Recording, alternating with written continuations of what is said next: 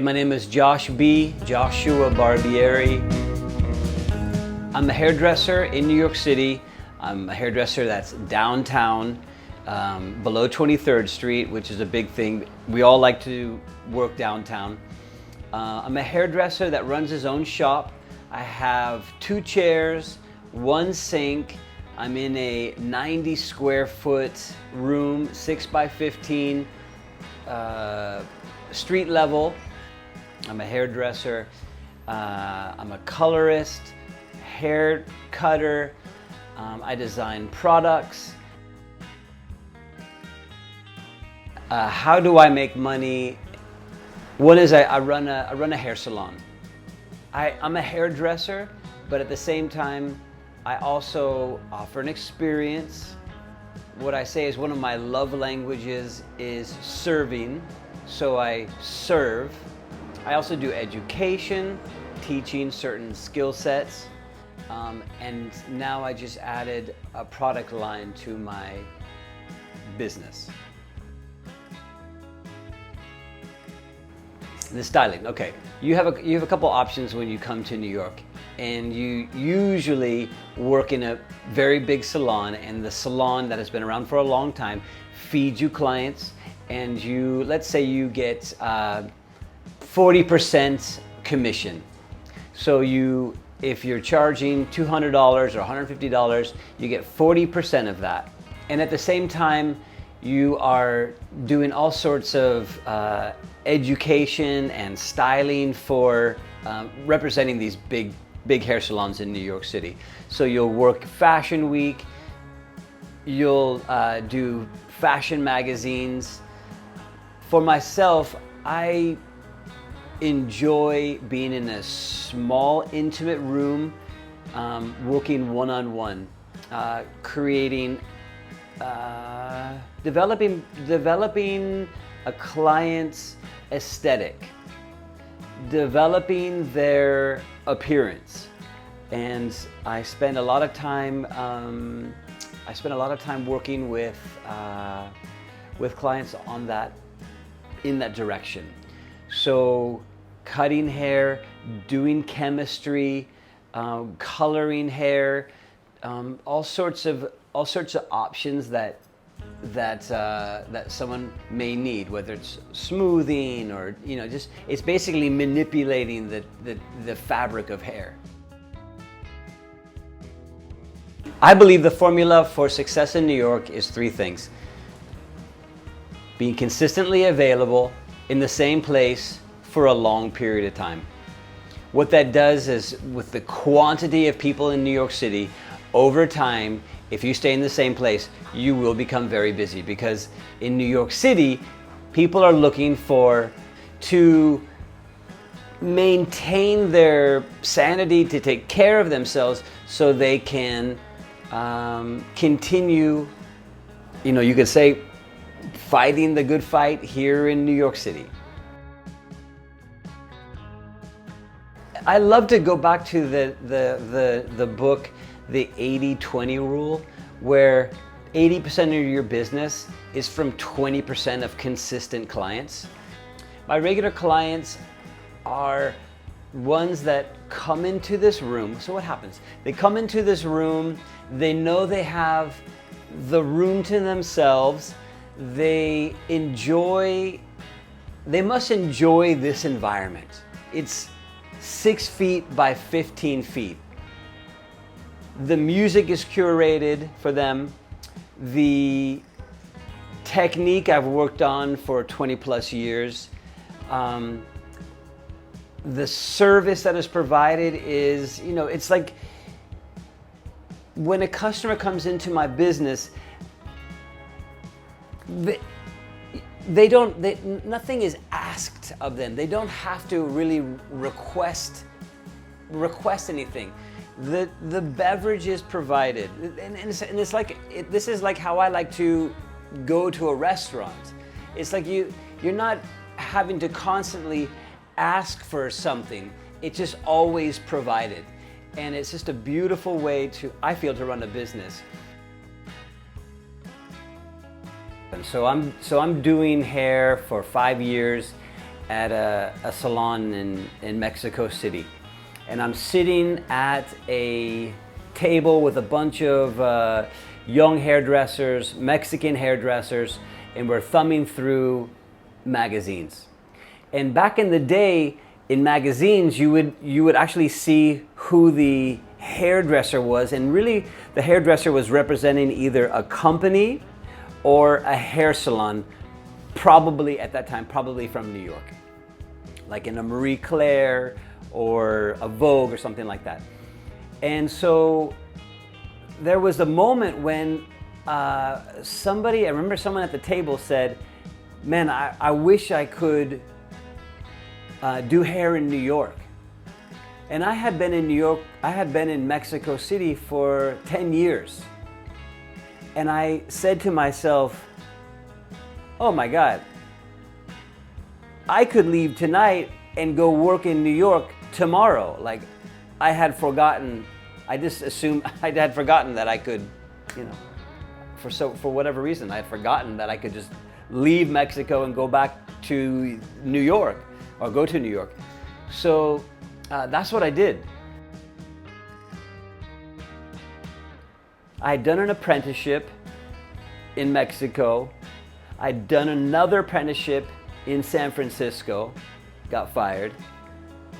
I arrived to New York to do a third apprenticeship, and what that does is you begin to build your skill set, understanding what is required in each community. For example, the skill set that you have in Mexico City, man, the women with the Hollywood of Mexico, with that thick hair and smoothed out, just to kind of give it the beautiful complexion on a young Mexican starlet. That was a lot of work, that Latin hair, right? It was good to learn. San Francisco, I was involved with a Vidal Sassoon technique of structure, fine lines. It took 3 hours to do one haircut. It was just so painful at times, but you were not given any leeway. You had to have these perfect lines. Well, I get to New York, and New York is another animal. New York is about the fashion and the editorial. So you begin to take what you're just constantly building on your technique. So now I have this ability after years working and really not taking any time off. You can't be lazy and expect to grow in this city, because there's so many people who are so hungry learning to pass you by, to get better, have a better reputation. So New York, as I like to say, New York sets the standard for the entire rest of the country. And so what you learn how to, in the beginning you learn how to assist. You learn how to stand behind a stylist and pick up the comb every time they drop it. You learn how to do an apprenticeship is a very difficult thing, because if no one explains how to do an apprenticeship, like myself, you get very lost in the expectations. But you have to push forward and let the experienced hairdressers guide you, so you can become at a level. You can grow to a certain level. So it's a lot of work. It's very long hours. Hairdressing is a wonderful industry to be involved with, especially as a straight guy. You are allowed to be creative all day long. You're constantly working on your concepts. So Ricardo, there is a point where you stop, like let's say you stop, looking at like taking certain technical classes. There should be a time, because you should move through. You should really understand and have mastered it. What you later move into is ownership, managing people and products, and like having to introducing products. But for example, like I probably won't do any more technical stuff because I used to teach for a decade these kind of techniques. So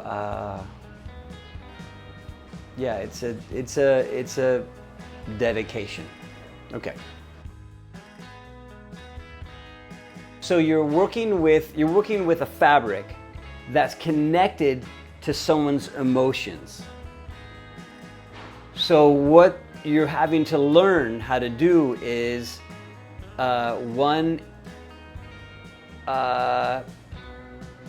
work with the fabric and construct. And then you're also working with people's emotions, which all day long is, everyone is all over the place. I'll tell the story. It was a really great story because I'm in San Francisco. I'm doing an apprenticeship with this company called Vidal Sassoon. They are at that point they are the epitome of structure and really how to construct hair and how to teach how to construct hair, and they're the top of the game. And they have a philosophy where you're only meant to use a couple tools, and that's how you get the result. So I get fired because I basically get fired because I cut this model's hair. She is crying in the bathroom because the haircut was so out of her comfort zone. And a stylist tells me, I don't know, she says something to me and I respond, and so I get fired. Education is education for a lot of people younger, it's very important. The industry has changed now. The industry has changed because people are getting their education from a YouTube video. So rarely are people doing these 2-year apprenticeships where you suffer and you learn how to think about hair. People can just kind of, I don't know, watch a YouTube video now. We didn't have that. But it will never be the same. It will never be having a coach over your shoulder suggesting, hey, no, this is where you went wrong. It's like playing guitar. You can learn a few chords watching YouTube, or you can sit with an instructor who's going to tell you, this is where your finger is going to be. This is where the tone is coming from. At 17, I leave Santa Cruz and I moved to Mexico City to go to music school. And I found a music school in Mexico City. I wanted to be a bass player. And as I'm living in Mexico City, actually starting in Morelia and going to Mexico City for school, I learned that after about 3 years of my course that I do not have the same skill set as other musicians. Like I'm not going to be a studio musician. I don't have what it takes. There was so much talent in my school that I, at 21, just recognized that I probably cannot survive doing this. So what I do is I head to the coast to a place called Pascuales in the state of Colima in Mexico, and it's where all the surfers are hanging out. And what happens is that someone's going to offer you $5,000 to drive a truck across the border. The truck is filled with narcotics.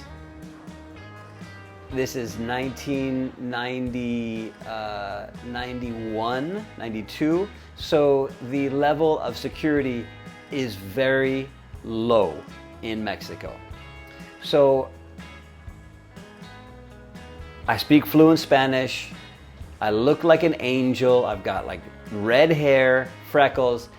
So whenever I get stopped by the police,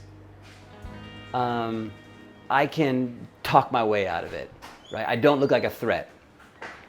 There were a few times there was close calls, but so anyway. Eventually people start getting caught, and I am doing a run with a guy, another gringo, who we had about 24 hours to get to the border, and I really liked this guy's style. We were both like 23. I really liked this guy's style. He had kind of cool shorts, and he had good, cool shoes, and he had a hot girlfriend. And I said to him, what do you do besides what we're doing right now? And he says, I'm a hairdresser in Texas. And I say, I could really get into that. And he happened to have a brochure of a new academy that had opened up in Mexico City by these two guys from Barcelona. So we dropped off a truck, and I came back and I enrolled into this beauty academy. A few years later, moved to San Francisco, was there for a year, moved to New York, and let's see, started an apprenticeship with Bumble and Bumble, was there for 5 years, and then I started to, back in the day, at your 5 years in New York, most people would say that's when you leave your job and you become freelance. So I left Bumble and Bumble, and just kind of, the Deitch Gallery had an exhibit where they had built a wooden swimming pool for skateboarders, and so for the entire winter I just skated this bowl and did hair. Moved to the Lower East Side, started doing hair in my loft, and then started doing hair in my loft, and then found another salon in New York, or like a higher end salon. And then at a certain age, I met my father for the first time in my life. I think I was 36 at the time. I met my father, and he was living in Kauai.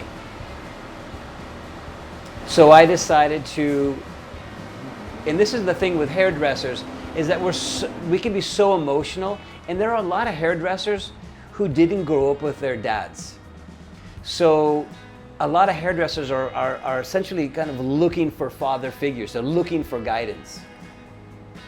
And I happened to be in that camp at one point where I said, oh, hey, listen, I'm gonna leave New York. I'd been in New York for about 12 years, and I moved to California, to be with my father and my little brother. I lasted in California for about 10 months. I had given a 6-figure clientele away, leaving New York, moved to California in 2007, and became homeless because there was a financial crisis, and I didn't make any money.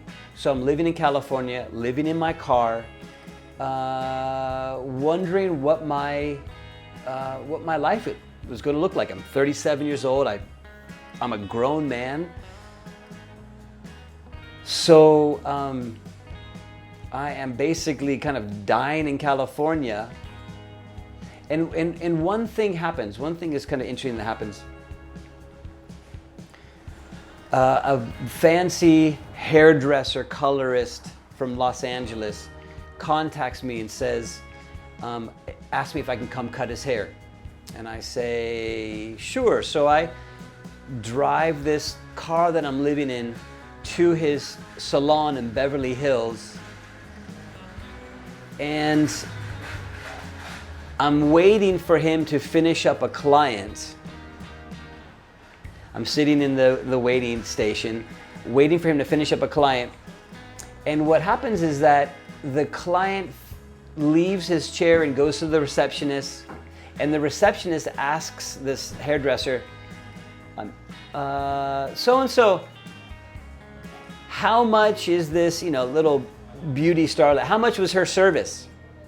And he says, she's $1,000 and I want to see her in 3 weeks. And I had never heard that number before. And I thought, oh, there's a $1,000 hairdresser? And that changed my mentality. So going from, king of the hill in New York, being homeless, sleeping in a car.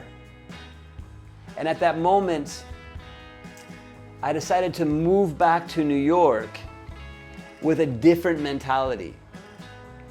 And that mentality was build your salon. So I moved to New York.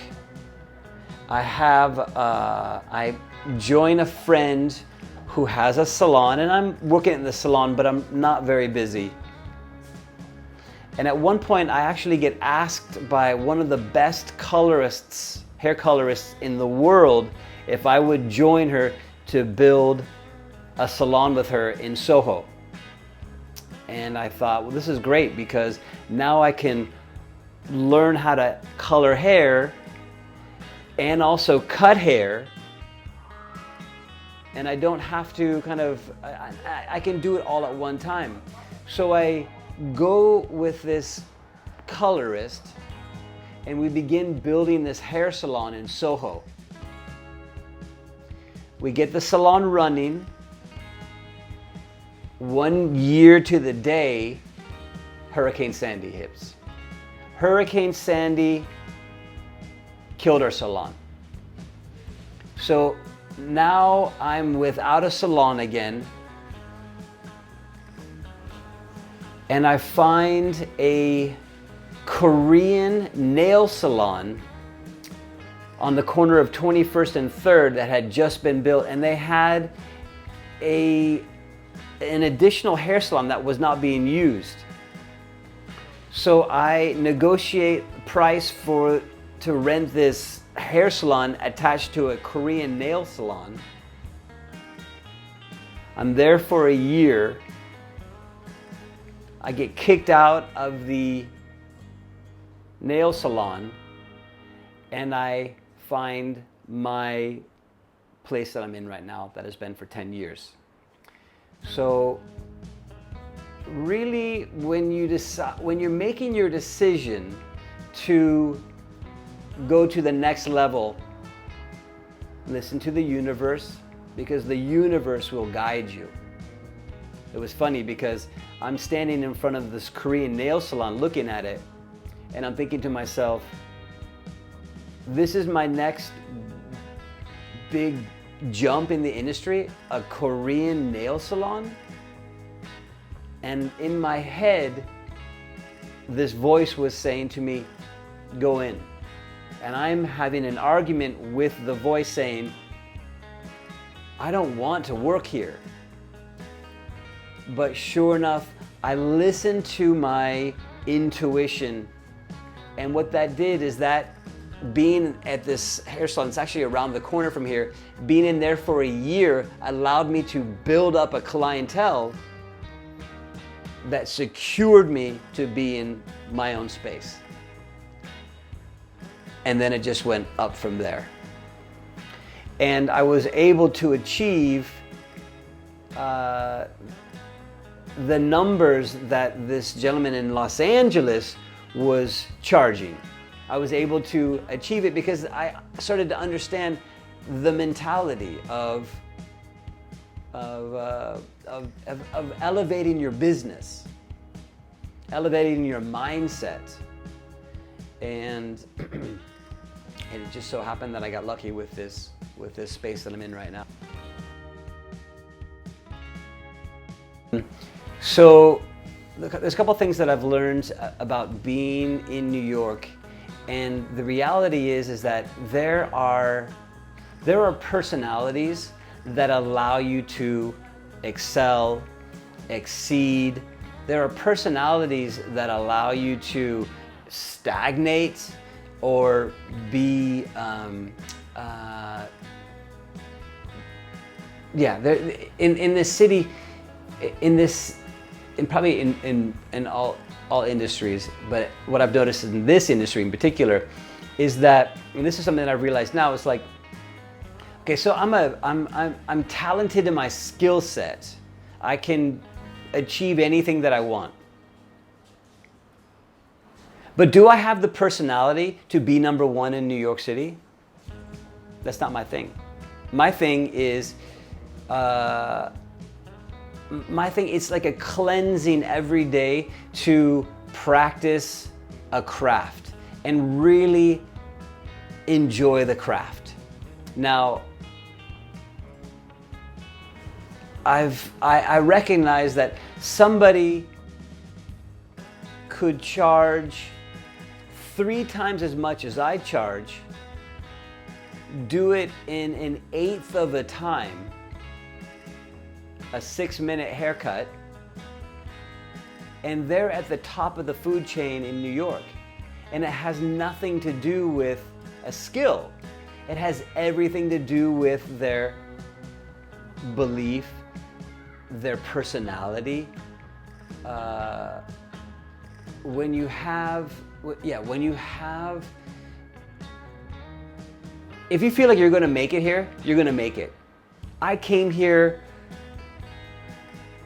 probably more humble and wanting to learn the ins and out of a craft, to really appreciate the craft, because that's what allows me to be interested in it. It's never been about the financial gain. In fact, I'm only making decent money now after being in the game for such a long time, because I'm starting to learn how to make money in the business. Where, I see, as I say, I see guys who could barely cut their way out of a wet paper bag, and they are at the top of the food chain. That's them. That's their trajectory. That's their goal. That's where they want to be. And there's just a few interesting things. There's also one thing that I recognize, that if you have been in the game long enough and you have reached plateaus that you're very proud of, and you feel like you've fallen to the very bottom, you will always get back to the trajectory. You will always get back to the top.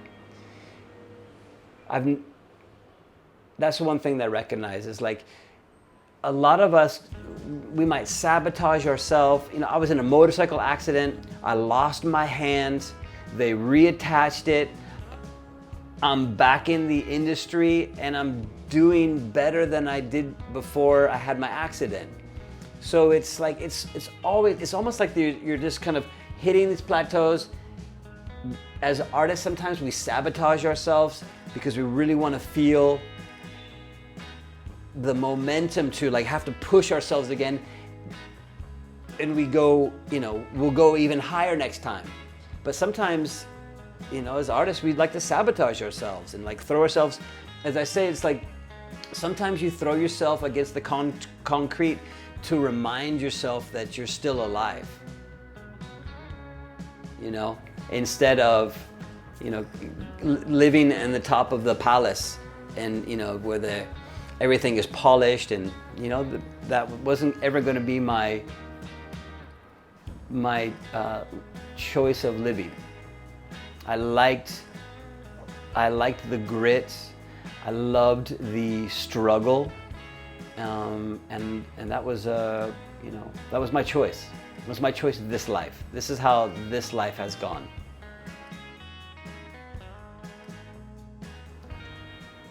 So after I lost my salon in Soho, and I moved into the Korean nail salon, and the Korean nail salon was originally owned by the heir to the Hyundai fortune. Her name was Cleo, and she loves to build nail salons, and she had this abandoned hair salon attached to it. So I took it over, and after a year, she had sold the nail salon to another Korean woman who walked up to me the first day, and she said to me, "Joshua, this no hipster salon, this Asian salon." And I responded to her by saying, "I know, but the whole neighborhood is, you know, Jewish and bougie." And she goes, "You know, this Asian salon." So I knew the writing was on the wall. And so I walked over to the Irving Farm to grab a coffee, and I looked over, and there was a for rent or for lease or for rent sign in the window. And I had seen this place before for years. In fact, my sister Alvina, she had said to me one day, she's like, "Josh, do you remember 5 years ago when you pointed at that salon, or when you pointed at that building, and you said, that's the kind of place that I want. I just want a spot like that." So 4 or 5 years later, I'm peeping in the window, there's a for rent sign. I'm looking inside, and it's 6 feet by 15 feet. It's like you know, white walls and tattered wooden floor. And I thought, wow, I mean, what can we do with it? So I called the real estate, or I called the landlord, and the landlord said, they told me the price of the space, and I thought it was going to be 3 times that, but it was the equivalent of basically like renting a chair in New York City. But this could be your own, right? I mean, it was so lucky because I found it. I happened to be in the neighborhood, and I happened to be, you know, walking by it, and it probably just had been put on the market for less than a week. And so what happened was this. I contacted the real estate person. They connected with the landlord, and the next day I got a message saying the landlord doesn't want any water running through the building. So they're gonna pass on it. And I got the message, and in the morning I was taking a shower. I was still working at the Korean nail salon, and I'm taking a shower to start my day, and I actually fall to my knees in the shower, and I basically said to the universe, I don't need to be moving every year. If you have a place for me that I can remain for the next 2 decades, if it's going to be behind the bread shelf in a bodega, just allow me to find the place where I can just have my foundation, be structured, do what I do. I said, there's more. I have more in life than just to be looking for a new salon every year. And so I had this conversation, and about an hour later I got a phone call, and the real estate agent called up, and they said, you know what, I just got a phone call from the landlord. They're willing to give you the place. And I thought, okay, all right. So we got the space. And then I said, I need $15,000. And actually I said to the universe again, I said, all right, so now I need $15,000 to build the place out and to pay the deposits. I was like, where's that gonna come from? And sure enough, for some reason I started thinking about a 401k that I had in Bumble and Bumble. I called them up, and I don't know where the thought came from, but I called up this company and I said, hey, do I have any money saved in the 401k? And they said, yeah, you have $14,000. And I said, send it all. So next thing you know, I start to build the place out. And I spend 2 weeks building this place out with a couple contractors, and I spent to the last dollar. So I spent the last dollar of the, I think it's like $15K.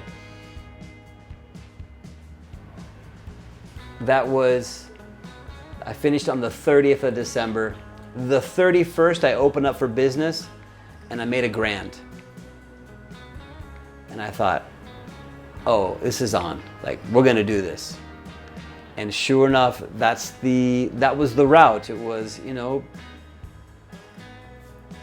I hate saying trust in the process, but sometimes you just gotta go all in.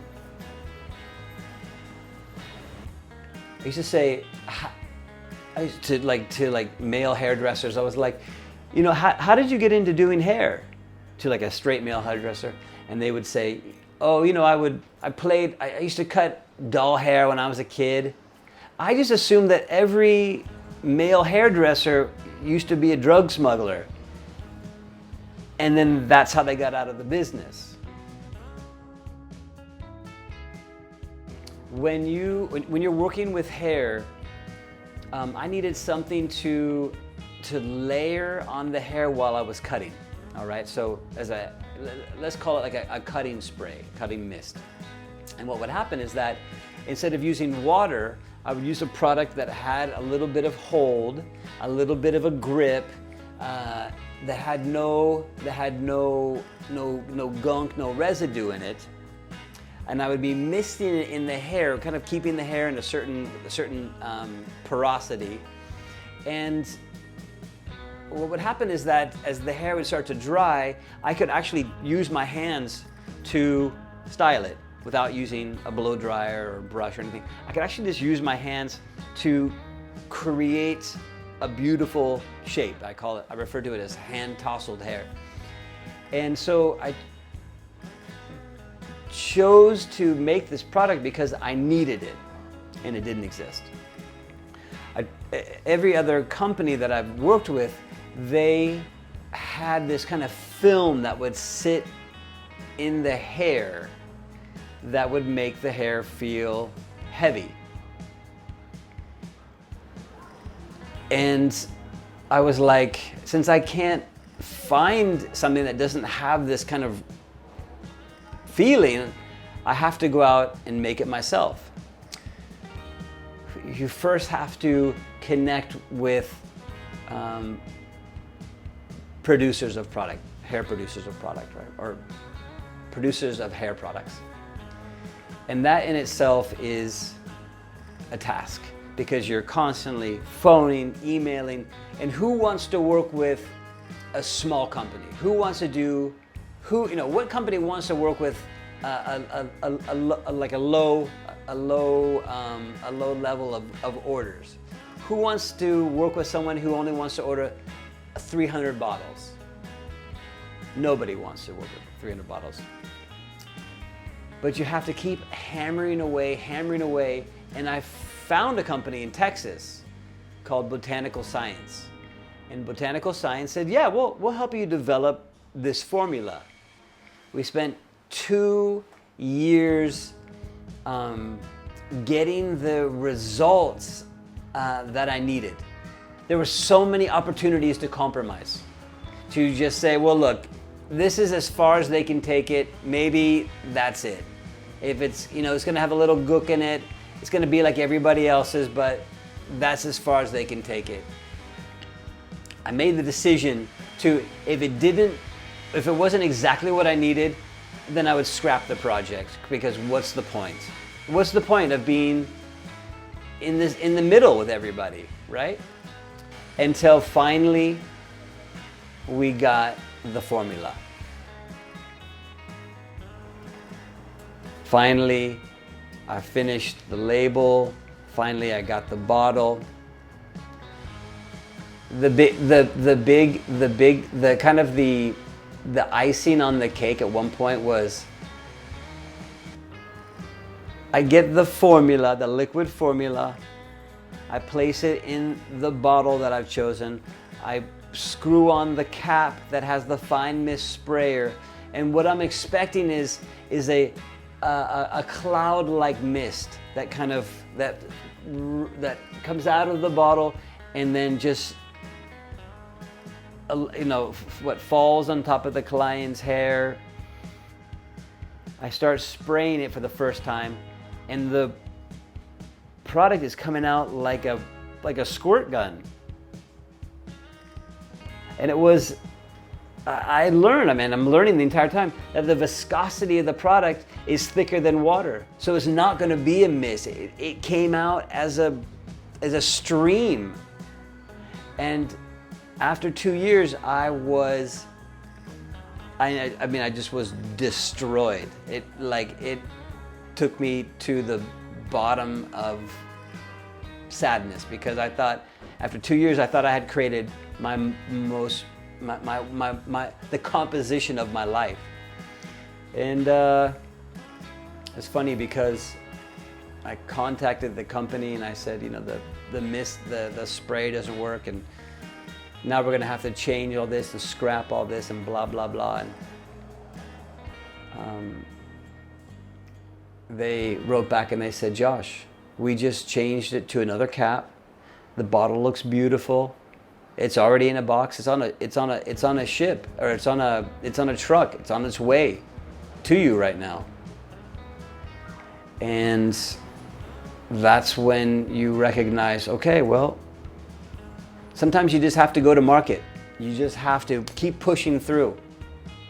If it's, if it's not the most perfect aesthetically, sometimes you just got to push on through.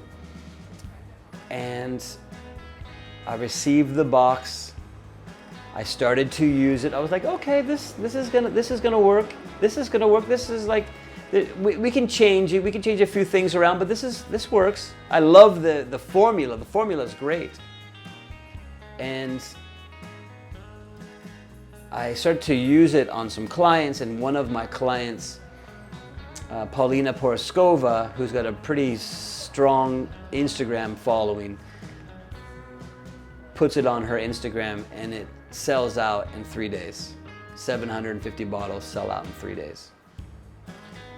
So I thought, oh well, okay, well,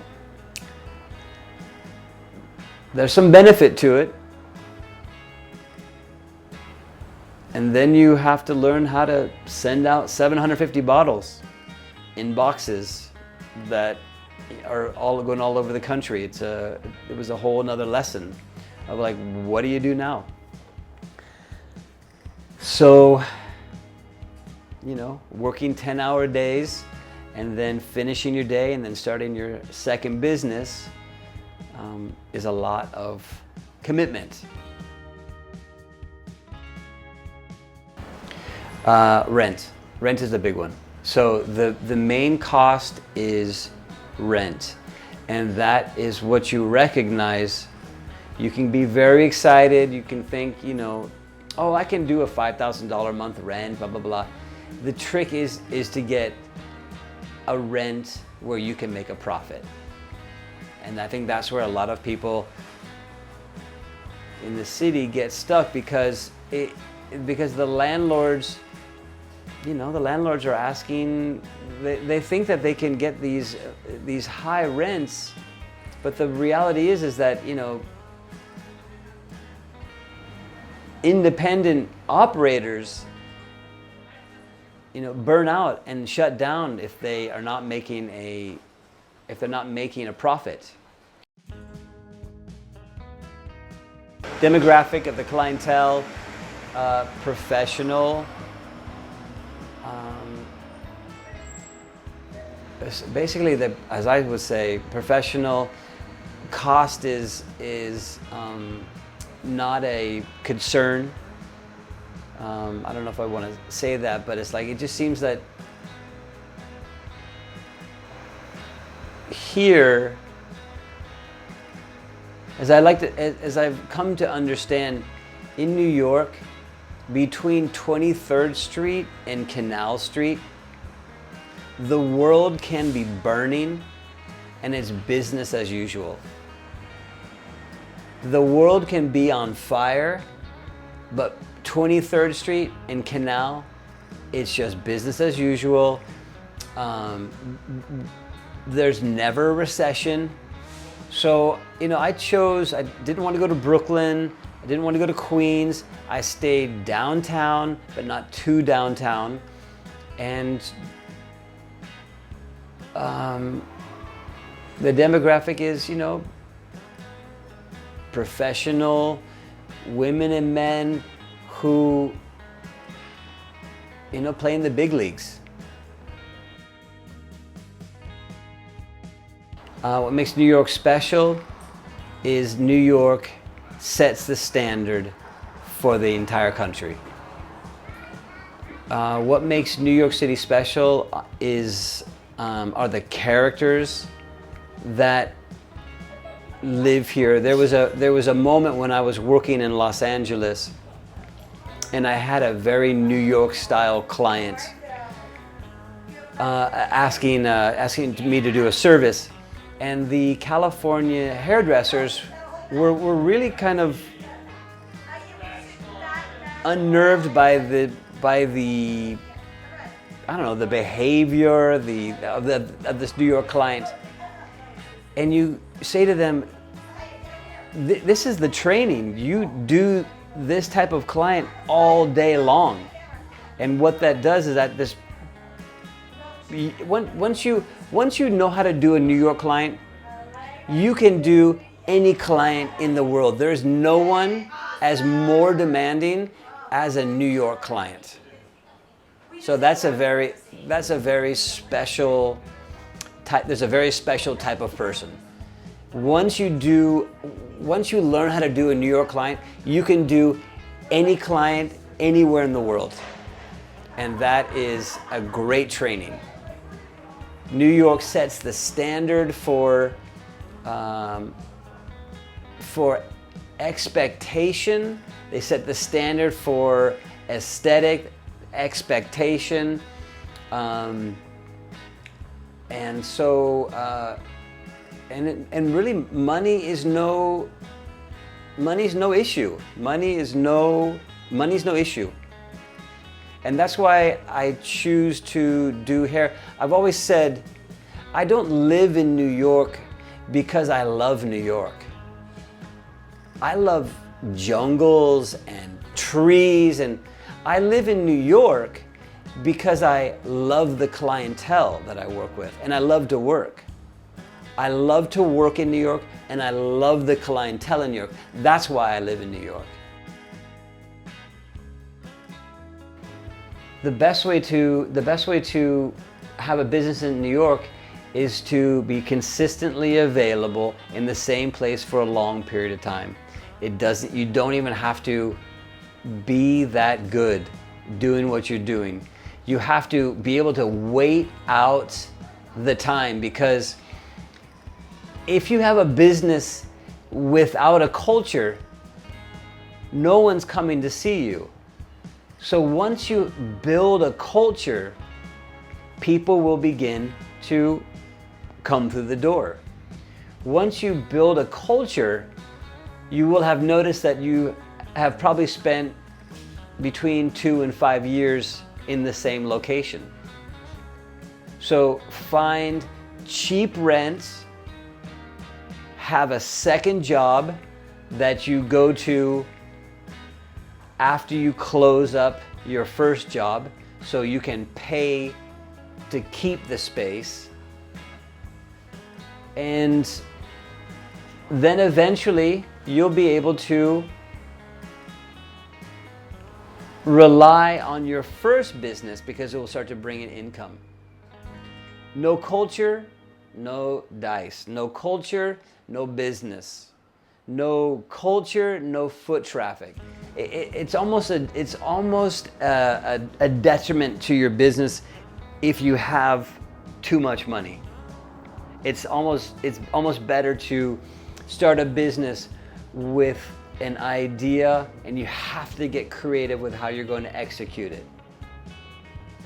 When I came back from LA and I started to work, I had to pay rent to work in the salon. I would get to the salon at 7 a.m., finish at 4 p.m., and then I was a maitre d' at a restaurant on the Bowery from 5 until midnight or 5 until 2 in the morning. And that paid for my other expenses. That paid for the salon that I was trying to build.